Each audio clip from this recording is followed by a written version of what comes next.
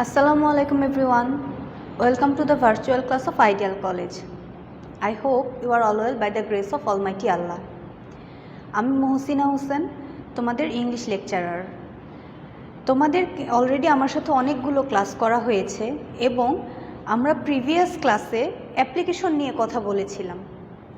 Application related তোমাদের কিছু question আমি দেখেছি যেগুলো আমি কিনা প্রিভিয়াস ক্লাসে ডিসকাস করিনি, এবং এ কারণেই আমি প্রিভিয়াস ক্লাসে বলেছিলাম যে তোমাদের যদি কোশ্চেন থাকে তোমরা সেগুলো করবে এবং নেক্সট ক্লাসে ফার্স্টেই আমি সেগুলো নিয়ে একটু ডিসকাস করে নেব। তো অ্যাপ্লিকেশনের ক্ষেত্রে তোমরা আমাকে জিজ্ঞেস করেছিলে যে অ্যাপ্লিকেশন লিখতে হয় কোন পেজ থেকে। দেখো, তোমাদের জন্য আমি খাতা রেখেছি একটা, যে তোমরা যেন বুঝতে পারো। এখন অ্যাপ্লিকেশন আমরা এক পেজেও লিখতে পারি, 2 পেজেও লিখতে পারি। মেনলি অ্যাপ্লিকেশন লেখার নিয়ম এক পেজে। যখন তুমি এটা অফিসিয়াল পর্যায়ে লিখবে অবশ্যই সেটা টাইপড হবে, তাই না? তোমরা সেটা প্রিন্ট করে তারপর অ্যাপ্লিকেশনটা দিবে অথবা সফট কপি দিবে, সেক্ষেত্রে কিন্তু পেজ উল্টানোর কোনো কথা আসছে না। কিন্তু এক্সামের হলে অথবা তুমি যখন টিচারের বরাবর একটা অ্যাপ্লিকেশন লিখো, প্রিন্সিপাল বরাবর একটা অ্যাপ্লিকেশন লিখো, তখন তোমাদের পেপারটা ইউজ জানতে হবে। আর যেহেতু তোমরা অ্যাপ্লিকেশন লিখছো তখনও সিঙ্গেল একটা পেজে লিখো, A4 সাইজের পেপারে লিখো অথবা যেভাবেই লিখো না কেন সেটা একটা পেজেই লিখছো, সেটার ক্ষেত্রেও কিন্তু আসে না। মেইন উদ্দেশ্যটা হচ্ছে তোমরা এক্সামে কিভাবে লিখবে। তোমাদের এক্সামের ক্ষেত্রে তোমরা এরকম খাতা ইউজ করো, তাই না? সেক্ষেত্রে লেফট সাইড থেকে তুমি লেখা শুরু করবে। হ্যাঁ, লেফট সাইড থেকে লেখা শুরু করবে, এখান থেকে লেখা শেষ হয়ে রাইট পেজে আসবে। দেখা যাচ্ছে যে মিস এক পেজে লিখলেও তো হয় অ্যাপ্লিকেশন, আমরা অলওয়েজ এক পেজেই লিখে আসি। ইটস অল রাইট, এটা একেবারেই ঠিক, কোনো সমস্যা নেই তুমি যদি এক পেজে লিখতে পারো। কিন্তু তবুও চেষ্টা করবে লেফট সাইডের পেজটাতেই লেখার জন্য, রাইট সাইডের পেজে না। অ্যাপ্লিকেশনের নিয়মই হচ্ছে লেফট থেকে স্টার্ট করা। আর লেফট পেজে তুমি শুরু করার পর যদি দেখা যাচ্ছে যে তুমি একটা অ্যাপ্লিকেশন লিখো, একটা অ্যাপ্লিকেশনের অনেকগুলো অংশ আছে, বডি পার্টটা যদি একটু বেশি বড় হয়ে যায় তোমার লেখাটা কনজাস্টেড হয়ে যাবে। লাস্টে দিয়ে দেখা যাবে যে হ্যাঁ একেবারেই নিচের লাইনে তুমি লিখতে লিখতে লিখতে লিখতে শেষ হয়ে যাচ্ছে, তোমার খাতা শেষ, তোমার লেখা ওই জন্য ছোট ছোট হয়ে যাচ্ছে, একদম ঘিজিবিজি হয়ে যায় অথবা বেশি কনজাস্টেড হয়ে যাচ্ছে, যখন লেখাটা পড়তে একটু বেশি কষ্ট হয়। তো এই জন্য তোমার এরকম কোনো দরকার নেই, তুমি একটা অ্যাপ্লিকেশন লেখা স্টার্ট করো লেফট পেজ থেকে, রাইট পেজে প্রয়োজন হলে মে আই দেয়ার ফরের অংশটুকু চলে যাবে, আর তোমার ইউর অবিডিয়েন্টলি কথাটার যে প্যারাগ্রাফটা আছে সেটা চলে যাচ্ছে, তোমার লাস্ট ফিনিশিংটা কোনো সমস্যা নেই। লেখাটা যেন সুন্দর হয়, নিট অ্যান্ড ক্লিন যদি তোমার লেখা থাকে অবশ্যই সেটাতে তুমি বেশি মার্ক পাবে, তাই না? তো এটা একটা কোশ্চেন ছিল। আরেকটা জিনিস যেটা আমি প্রিভিয়াস ক্লাসে বলিনি, তোমাদের যে স্টার্টিংয়ে তোমরা লিখছো স্যার, তারপর তুমি স্টার্ট করো যে I beg most respectfully two state that. তো এই যে স্যার কথাটা, এইটা নিয়েও অনেকে কোশ্চেন করেছো যে ম্যাডাম লিখবো না স্যার লিখবো। তো এই জিনিসটা মেনলি তোমাদের শিক্ষা প্রতিষ্ঠান বলো অথবা অফিসিয়াল জব বলো, যে কিনা প্রতিষ্ঠান প্রধান হবে অথবা তোমার সিনিয়র হবে, অলওয়েজই কিন্তু সে মহিলা হোক অথবা পুরুষ হোক তাকে কিন্তু স্যার বলে সম্বোধন করা হয়। যেহেতু তোমাদের যারা স্যার তাদের ওয়াইফদেরকেও তোমরা ম্যাডাম ডাকবে, অথবা যারা ম্যাডাম যারা টিচার তাদেরকেও তোমরা ম্যাম ডাকছো, ম্যাডাম ডাকছো। তো সেক্ষেত্রে দুইটার ভেতর ডিফারেন্সটা বোঝানোর জন্যই যেহেতু প্রতিষ্ঠানে যে কাজ করছে তাকে আমরা স্যার বলি। তো এটাতে কোনো সমস্যা নেই, যদি তোমার কলেজের প্রিন্সিপাল মহিলাও হয় সেটাতেও তোমার স্যার লেখা অ্যালাউড। বোঝা গিয়েছে? আর ওরকম কোনো কোশ্চেন আমি দেখিনি যে তোমরা করেছো। হ্যাঁ, অবশ্যই এগুলো তোমার বাচ্চাকালের পড়াশোনা, কিন্তু যখন তুমি জিনিসটা শিখবে তখন সেটা পারফেক্টলি লেখাটাই হচ্ছে আসল। তোমরা লিখে এসছো ক্লাস 4-5 থেকেই, আমি যেটা এর আগের ক্লাসেও বলেছি, ক্লাস 5-6 থেকে তোমাদের অ্যাপ্লিকেশন কিন্তু লেখাই ছিল যে হ্যাঁ এটা টপিক হিসেবে সিলেক্টেড হয়ে গিয়েছে, তখন থেকে তোমরা লিখছো অ্যাপ্লিকেশনটা। কিন্তু কিছু কিছু ভুল ভ্রান্তি আমরা এগুলো তোমাদের অ্যালাউ করি যে হ্যাঁ এটা ভুল হতেই পারে। যেহেতু এখন তুমি একটু অ্যাডভান্স লেভেল উঠেছো, তুমি হায়ার সেকেন্ডারি স্কুলে আছো, সো লেখার কোয়ালিটিটাও সেরকম হতে হবে, এই জন্যই তোমাদেরকে রুলসগুলো দেখিয়ে দেওয়া। তবুও দেখা যায় যে কিছু না কিছু ভুল থাকেই। আর আমি প্রিভিয়াস ক্লাসে তোমাদেরকে কিছু স্পেলিংয়ের কথা বলেছিলাম, কি কলেজ, প্রিন্সিপাল, দেয়ারফর, ম্যাম, এসব স্পেলিংগুলো অনেকেই তোমরা পারো, আমি বলেছিও, কিন্তু কিছু কিছু জায়গায় দেখা যায় যে আমরা আনকনসিয়াসলি ভুলটা লিখে ফেলি। তো এই কাজটা যেন আমরা না করি, এই জন্যই আমরা প্র্যাকটিস করেছিলাম। আই হোপ সেগুলোতে তোমার ভুল হবে না। এখন আজকে তোমাদের জন্য নিউ একটা টপিক আমি স্টার্ট করব। তোমরা অবশ্যই দেখতে পাচ্ছ বোর্ডে আমি সেগুলো লিখে রেখেছি। ফার্স্টে কি আমাদের টপিকটা, special use of words and phrases. এই জিনিসটা তোমাদের ইন্টারে নতুন একটা টপিক, যেটা কিনা তোমরা এসএসসিতে পেয়ে আসোনি। এতদিন আমরা যত কিছু শিখেছি তোমাদের বলা হয়েছিল, যে বলেছিলে তোমরাই যে হ্যাঁ এগুলো তো স্কুলে আমরা করে এসেছি, কিন্তু এটা তোমরা করে আসোনি। আর ইংলিশ সাবজেক্টে এরকম, তুমি ল্যাঙ্গুয়েজ রিলেটেড যেই সাবজেক্টই শিখো না কেন, সেখানে তোমার ক্লাস 1 থেকে যে জিনিসগুলো শেখানো হয়, তুমি যখন সেটা ইন্টার লেভেল পর্যন্ত যাচ্ছ অথবা হায়ার এডুকেশনের ক্ষেত্রে যাচ্ছ, তখনও সেমই থাকবে, সেটার কিন্তু কোনো চেঞ্জ হয় না। ম্যাথ, ফিজিক্স এগুলো তোমরা ধাপে ধাপে শিখো। একটা তুমি ম্যাথ স্টার্ট করো নাম্বার কাউন্ট করা থেকে, দেন প্লাস মাইনাসের ম্যাথ, এরপর তুমি গিয়ে দেখা যাচ্ছে যে অ্যালজেব্রা, জিওমেট্রি দেখো। বাট এখানে কিন্তু তা না, ইংলিশ ল্যাঙ্গুয়েজটা তুমি শুরুই করবে একই যে জিনিস থেকে, সেই জিনিসটাই আরও ভালো মতো ডিপলি তুমি শিখবে। ইনফ্যাক্ট অনার্সেও যখন তুমি উঠবে, যদি ইংলিশ নিয়ে কেউ পড়াশোনা করো, তোমাদের ফার্স্টেই শেখানো হবে লেটার, ফোনেটিক্স অথবা ফোনোলজিতে তোমরা এবিসিডি আবার শিখবে, এবং সেগুলো কিভাবে শেখা যায়, কিভাবে সেগুলোর উচ্চারণ হয়, সেই জিনিসগুলো নিয়েও তোমার কোর্স থাকবে। তো এটা নিয়ে আর কোনো কিছু বলার নেই। এখন আসলে স্পেশাল ইউজ অফ ওয়ার্ডসে আমরা যাই। Special use of words or phrases, অর্থাৎ শব্দ এবং ফ্রেজের স্পেশাল ব্যবহার, বিশেষ ব্যবহার, বিশেষ ক্ষেত্রে আমরা কি কি ধরনের ওয়ার্ডগুলো ইউজ করি, সেই জিনিসটা হচ্ছে স্পেশাল ইউজ অফ ওয়ার্ডস। এখন তোমাদের এই জিনিসটি যেহেতু তোমরা এর আগে দেখে আসোনি, ফার্স্টে আমি আলোচনা করে নিই কীভাবে তোমরা এক্সামে এই স্পেশাল ইউজ অফ ওয়ার্ডসটি পাবে।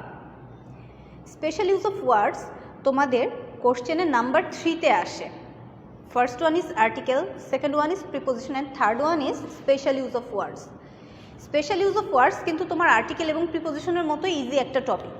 এটা আহামরি কোনো ভয় পাওয়ার কোনো কিছুই নেই, অথবা কঠিন কিছুই না, বরং এটা আরও বেশি সহজ। রিজনটা কি, তোমাদের এখানে 10টা সেন্টেন্স দেয়া থাকবে, 10টা সেন্টেন্সের জন্য ক্লু আকারে কিছু স্পেশাল ইউজ অফ ওয়ার্ড দেয়া থাকবে। আমি এখানে কিছু স্পেশাল ইউজ অফ ওয়ার্ড লিখে রেখেছি। এই ধরনের ওয়ার্ডগুলো ওপরে বক্স আকারে তোমাদের দেয়া থাকবে 12টা অথবা 14টা। সেখান থেকে তোমাদের 10টা বক্সে বসাতে হবে, যে যখন তোমরা আনসার করবে সেন্টেন্সগুলোতে এই ওয়ার্ডগুলো ইউজ করবে। এখন প্রত্যেকটার জন্য হাফ মার্ক করে দেয়া থাকবে। তোমাদের লেখার ক্ষেত্রে স্পেশাল ইউজ অফ ওয়ার্ডসের অনেকেই দেখা যায় যে প্যাসেজ তুলে লিখো, অথবা টেক্সট যেটা আছে, সেন্টেন্সগুলো যেটা আছে সেটা তুলে লিখো। এটার কোনো প্রয়োজন নেই। তুমি নাম্বারিং করবে ABCDEF, যেটা করো, নাম্বারিংয়ের পর তুমি জাস্ট আনসারটা লিখে দিবে, দ্যাটস অল। এটুকুই হচ্ছে তোমাদের এক্সামের জন্য। এখন কিভাবে সেটা পাচ্ছ, কি কি জিনিস পাচ্ছ, সেটা নিয়ে আলোচনা করি। তার আগেই চলো দেখে নিই ফ্রেজটা কি। ফ্রেজও আমরা জানি কি, আমরা ফ্রেজ, ক্লজ এই দুইটা জিনিসে একটুখানি ভুল করি, অথবা একটা ফ্রেজ, সেন্টেন্স এই দুটোর সাথে আমরা মিলিয়ে ফেলতে পারি। তো এই জিনিসটা কি, যে ম্যাডাম আমরা তো ওয়ার্ড সম্পর্কে জানি, ইট, উই, এম, ইজ, আর, অথবা ফুটবল, বল, ক্যাট, এগুলো যে কোনো কিছুই তুমি বলো না কেন সবই তো ওয়ার্ড, যে এটা সম্পর্কে আমাদের ধারণা আছে। ফ্রেজটা কি জানো, একটুখানি কনফিউশন আছে। এখন ফ্রেজকে আমি এখানে কি বলেছি দেখো, আমি জাস্ট ইজি একটা ডেফিনেশন দিয়েছি, যেটা দিয়ে তোমরা বুঝতে পারবে যে a group of words functioning as a single parts of speech. যে একটা গ্রুপ অফ ওয়ার্ড থাকবে, একটা ফ্রেজের বৈশিষ্ট্যগুলো কিন্তু এখানেই দেয়া আছে, যে সেটা কি আ গ্রুপ অফ ওয়ার্ডস। এটা একটা গ্রুপ আকারে থাকবে, কিছু ওয়ার্ড একসাথে থাকবে, এবং সেটা কি হবে, যে এ সিঙ্গেল পার্টস অফ স্পিচ আকারে তোমার মিনিংটা দিবে, অর্থাৎ সেটা তুমি কি বলছো এটা একটা পার্টস অফ স্পিচকে মিন করবে। আবার আরেকটা ফ্রেজের ডেফিনেশন তোমরা বইয়েও পেতে পারো, সেটা হচ্ছে যে এ ফ্রেজ ডাজন্ট হ্যাভ এনি কি ফাইনিট ভার্ব। একটা ফ্রেজে কখনো একটি ফাইনিট ভার্ব থাকে না, এটার কোনো নির্দিষ্ট সাবজেক্ট, ফাইনিট ভার্ব থাকবে না। ফর এক্সাম্পল তোমাকে আমি একটা সেন্টেন্স লিখে দেখাই।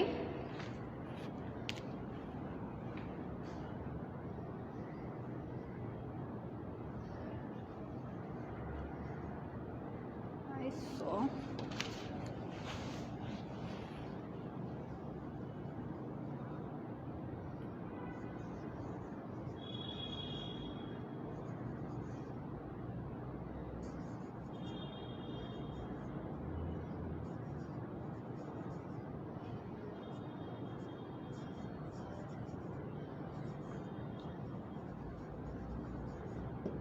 দেখো এখানে আমি একটি সেন্টেন্স লিখেছি, I saw him playing football in the ground, অর্থাৎ আমি তাকে মাঠে ফুটবল খেলতে দেখেছি। এখানে ফ্রেজ কোনটা? একটা সেন্টেন্সের কথা আমরা যখন বলি অটোমেটিক্যালি সেটা আমাদের উচ্চারণটা চলে আসে, সেটা আমরা বলে ফেলতে পারি, কিন্তু গ্রামাটিক্যাল জিনিসগুলো আমাদের খেয়াল করার সেরকম প্রয়োজন হয় না। এখানে আই হচ্ছে সাবজেক্ট, স হচ্ছে ভার্ব, হিম হচ্ছে অবজেক্ট হিসেবে আমরা ব্যবহার করছি, কিন্তু এই যে পরের একটা অংশ আছে সেই জিনিসটা কি? এটাই একটা ফ্রেজ। দেখো এখানে কিন্তু একটা গ্রুপ অফ ওয়ার্ড আছে, তাই না?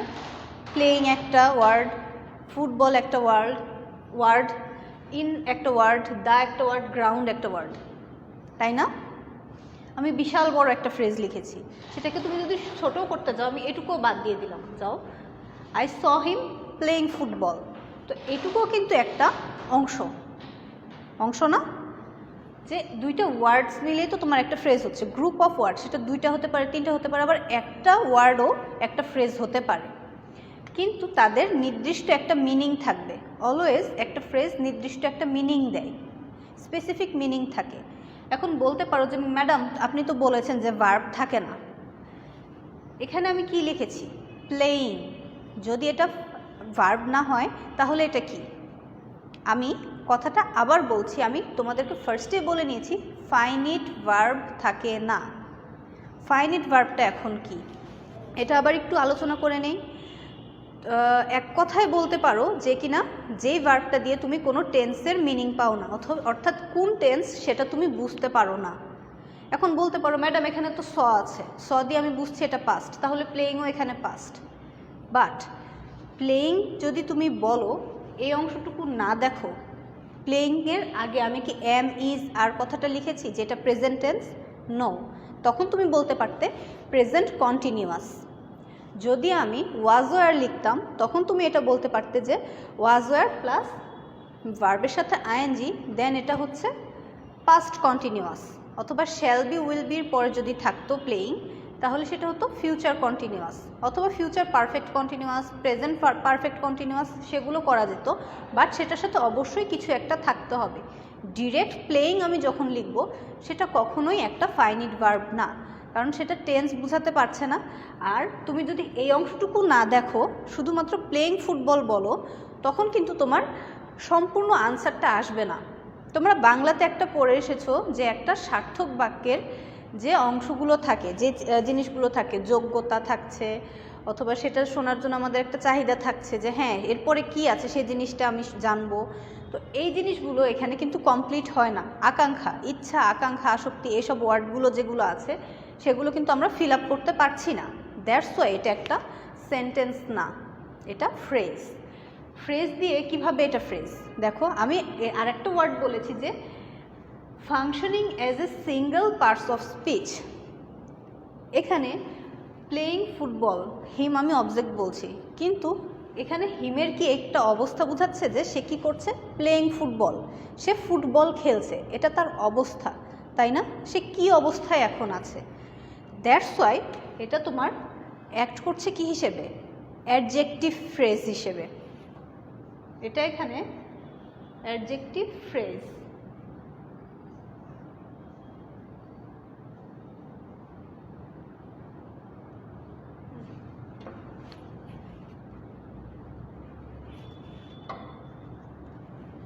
বোঝা গিয়েছে?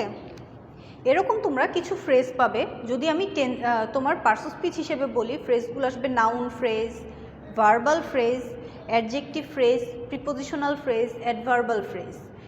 এই ফ্রেজগুলোই তোমার এখানে ইউজ করা হবে। এছাড়াও কিছু ওয়ার্ডস আছে একসাথে বসে তোমার কি তৈরি করে? একটা ফ্রেজ তৈরি করে। তো আই থিঙ্ক ফ্রেজের বিষয়টা মোটামুটি তোমরা ক্লিয়ার হয়েছো। যদি এ রিলেটেড আরও কোনো কোশ্চেন থাকে তোমরা আমাকে করতে পারবে। ওকে, এখন যতটুকু প্রয়োজন তোমাদের করার জন্য আমি জাস্ট সেজন্যই আলোচনা করে নিলাম। এখন আসো তোমাদের মেইন ইম্পর্টেন্ট বিষয়টাতে, যে স্পেশাল ইউজ অফ ওয়ার্ডস।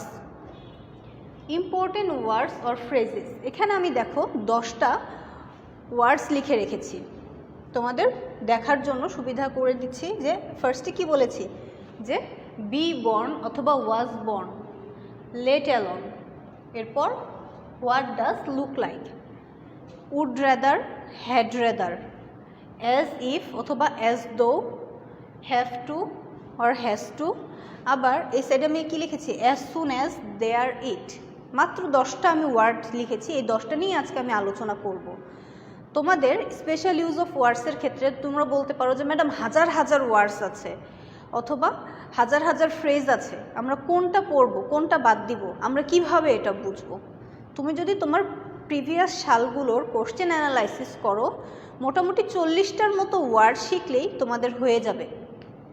তার ভেতরে এই যে 10টা আমি ওয়ার্ড লিখেছি, এই 10টা ওয়ার্ড হচ্ছে মোস্ট ইম্পর্ট্যান্ট ওয়ার্ডস। এগুলো অবশ্যই অবশ্যই তোমরা পাবে। এখন বলতে পারো যে ম্যাডাম আমরা তো 10টাই পাবো, এই 10টাই যদি পাই তাহলে কিভাবে হবে, তাই না? না, 10টার 10টাই এখান থেকে পাবে তা না, এমনটা না। এখান থেকে মিনিমাম তুমি 50% কমন পাবে। অর্থাৎ তুমি যদি এই ওয়ার্ডগুলোর ইউজ সঠিকভাবে শিখো, অবশ্যই অবশ্যই তোমরা 5টা ফিল আপ করতে পারবে মিনিমাম। এমনও হয় অনেক সময় যদি তোমাদের লাক ভালো হয়ে যায়, তখন এখান থেকে 8টা অথবা 10টাও তোমরা পেয়ে যেতে পারো। 10টার 10টাই পেয়ে গেলে অথবা 8টা পাবে, ঠিক আছে? এখন এই জিনিসগুলো সম্পর্কে আমরা আলোচনা করি। আর স্পেশাল ইউজ অফ ওয়ার্ডস জিনিসটা শুনে মনে হচ্ছে যে কী পরিমাণ স্পেশাল ব্যবহার, সেটা আমাদের আরও স্পেশালি শিখতে হবে, তা কিন্তু না। এটা যেহেতু অনেক বেশি ইজি একটা টপিক, তোমরা ইজিলি এটা শিখতে পারবে।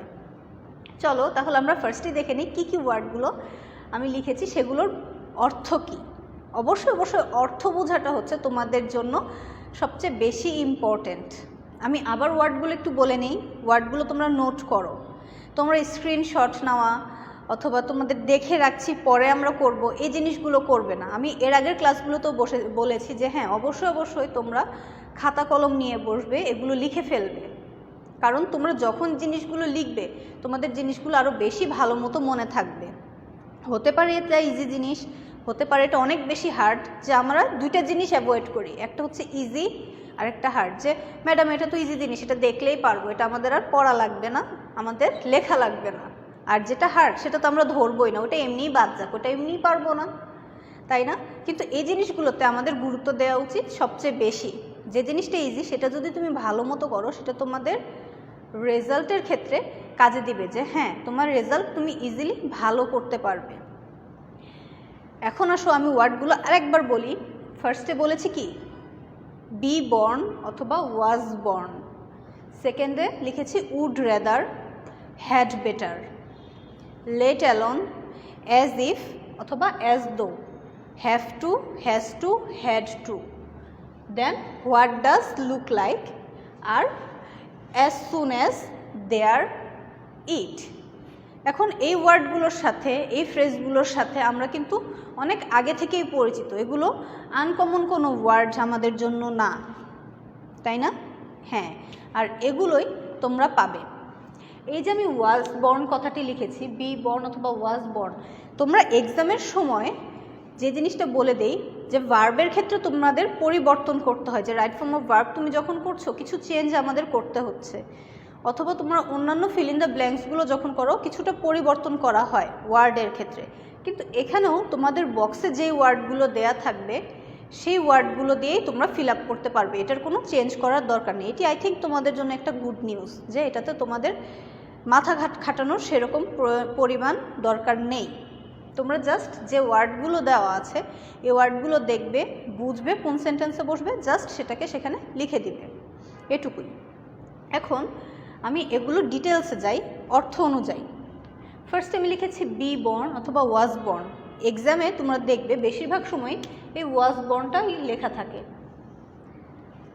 ওয়াজ বর্ন মানে জন্মেছিল, আমরা এটা জানি যে ওয়াজ বর্ন মানে কি, জন্মেছিল অথবা জন্মানো, তাই না? এখন এরপর আমি লিখেছি কি, উড রেদার। উড রেদার এবং হ্যাড বেটার এই দুইটা ইউজের ক্ষেত্রে তোমাদের একটু কনফিউশন থাকে যেহেতু জিনিস তোমরা এখন ইন্টারে উঠেছো, তোমাদেরকে কনফিউজড করাই হচ্ছে তোমাদের কোশ্চেনের কাজ, যে হ্যাঁ কীভাবে সেটা একটু হার্ড করা যায়। এক্ষেত্রে তোমার এই দুইটা দিয়ে তোমাদের কনফিউশন তৈরি করা হবে, এজন্য আমি পাশাপাশি দুইটা লিখেছি। উড রেদার মানে হচ্ছে বরং ভালো, বরং ভালো। আর হ্যাড বেটার মানেও তোমার ভালো, কিন্তু সব থেকে বেশি ভালো অথবা উচিত বোঝাতে ইউজ করা হয়। তারপর লেট অ্যালোন আমি বলেছি, অর্থাৎ লেট অ্যালোন মানে কি, যে চিন্তা করা যায় না এরকম, যে জিনিসটা তুমি চিন্তাই করতে পারছো না। এরপর অ্যাজ ইফ অথবা অ্যাজ দো, দুইটাই মিনিং সেম, যে যেন।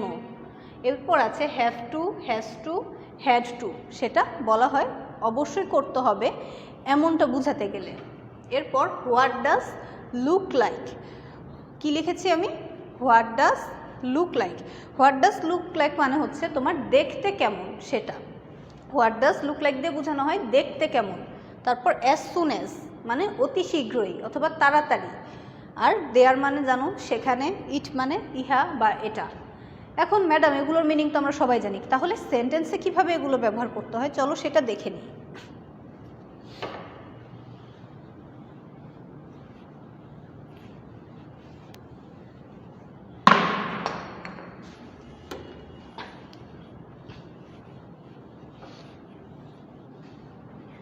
ফার্স্টেই বি বর্ন অথবা ওয়াজ বর্ন। ওয়াজ বর্ন ওয়ার্ডটা আমাদের যখন আমরা লিখি একটা সেন্টেন্সে, আমি ফার্স্টে একটা সেন্টেন্স লিখে নিচ্ছি, দেখো।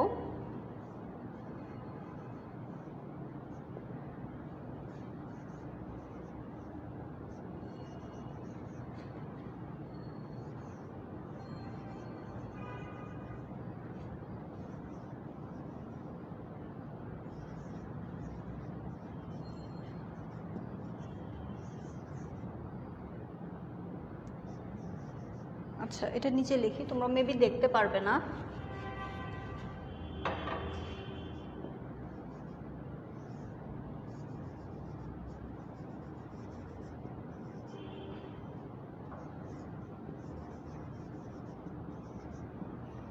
যে Kazi Nazrul Islam was born in Churulia, India.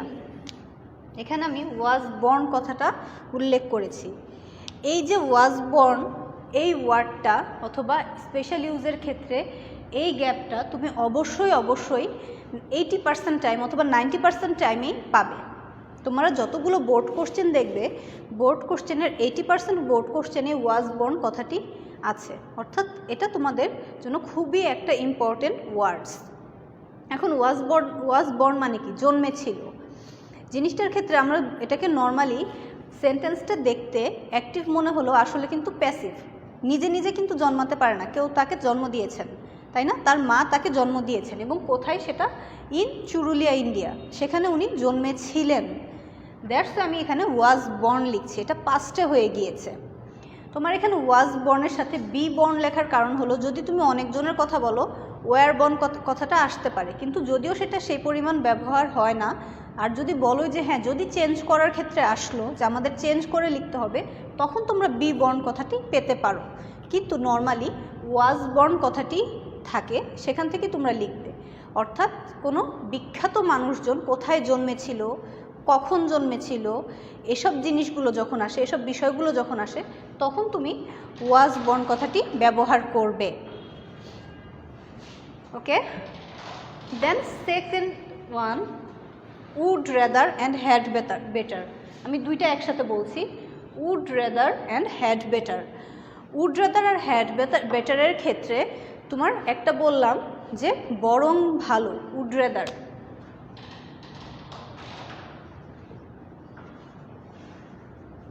আরেকটা, এটার পরিবর্তে আমি আরেকটা বললাম, থার্ড ওয়ান কি ছিল, হ্যাড বেটার।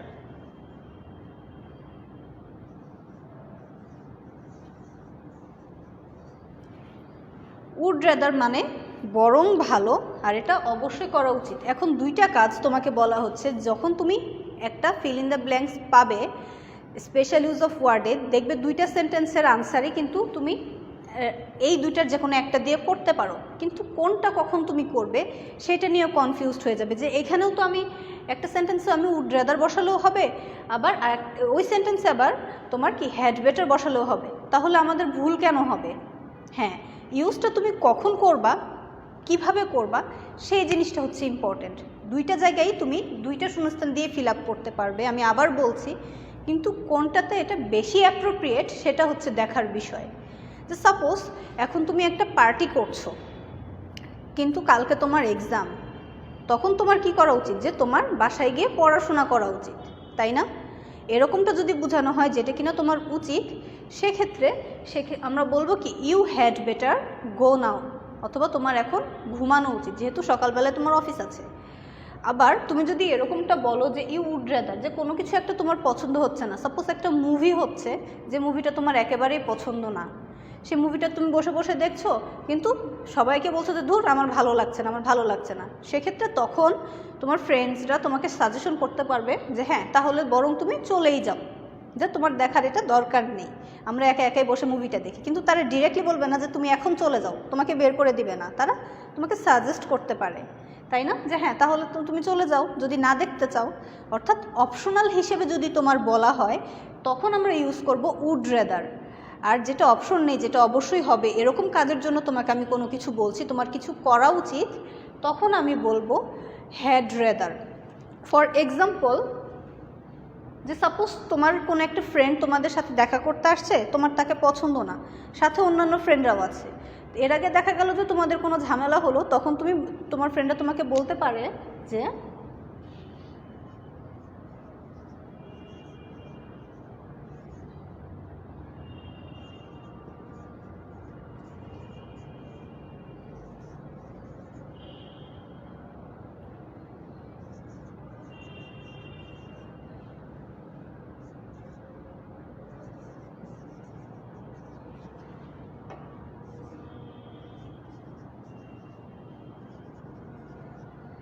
যে তুমি তাকে পছন্দ করো না, তাহলে তুমি বরং চলেই যাও, যেহেতু তোমার সেখানে কাজ নেই।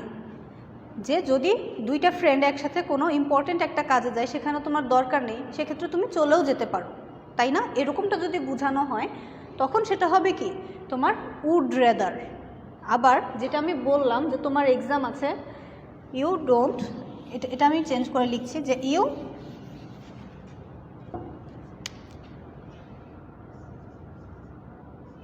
have your exam tomorrow, তখন তুমি বলবা you had rather had better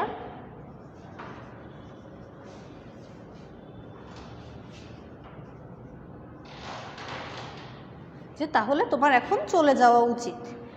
বোঝা গিয়েছে এই দুইটা? এখন আর একটা আমি আলোচনা করে দিই আজকে, লেট অ্যালোন। আমি বলেছিলাম এর পরেরটা, তাই না? যে ফোর্থ ওয়ান ছিল কি লেট অ্যালোন। লেট অ্যালোন মানে কি আমরা জানি যে যেটা কিনা কখনোই সম্ভব না, এরকম কিছু কেউ যখন করতে চায়, তখন আমরা লেট অ্যালোনটা ইউজ করি। সাপোজ যে তোমাদের একটা ফ্রেন্ড আছে যে কিনা সারা জীবনেও দেখা যায় যে পড়তে বসে না, অনলি পরীক্ষার আগে পড়েই সে পরীক্ষা দিচ্ছে, তাই না? এটা কিন্তু আমাদের খুব পছন্দের একটা কাজ, যে আমরা পড়বো না, পরীক্ষার আগে আসলে তখন আমাদেরকে আর খুঁজে পাওয়া যাবে না, আমরা পড়তে বসবো। তো এই জিনিসটা যদি বলা হয় যে সাপোজ একটা ম্যাচ চলছে, ওরকম সময় তোমরা বলছো কি যে আমার ফ্রেন্ড কোথায়, তখন সে আরেক ফ্রেন্ড তোমাকে বললো যে সে তো পড়ালেখা করছে, তো তখন তোমরা বলো যে আরে ও তো এমনি সময়ই পড়ে না, আবার খেলা চলতেছে এখন সে পড়তে বসছে। তো এই যে কথাটা বললাম, সেক্ষেত্রে আমরা লেট অ্যালোনটা ইউজ করি। অথবা এরকম কেউ যে হ্যাঁ পড়াশোনা করছে না, সে ফেল করে, সে A+ পাবে, সেটা আমাদের চিন্তারই বিষয় না, তাই না? তখন আমরা কিভাবে বলবো?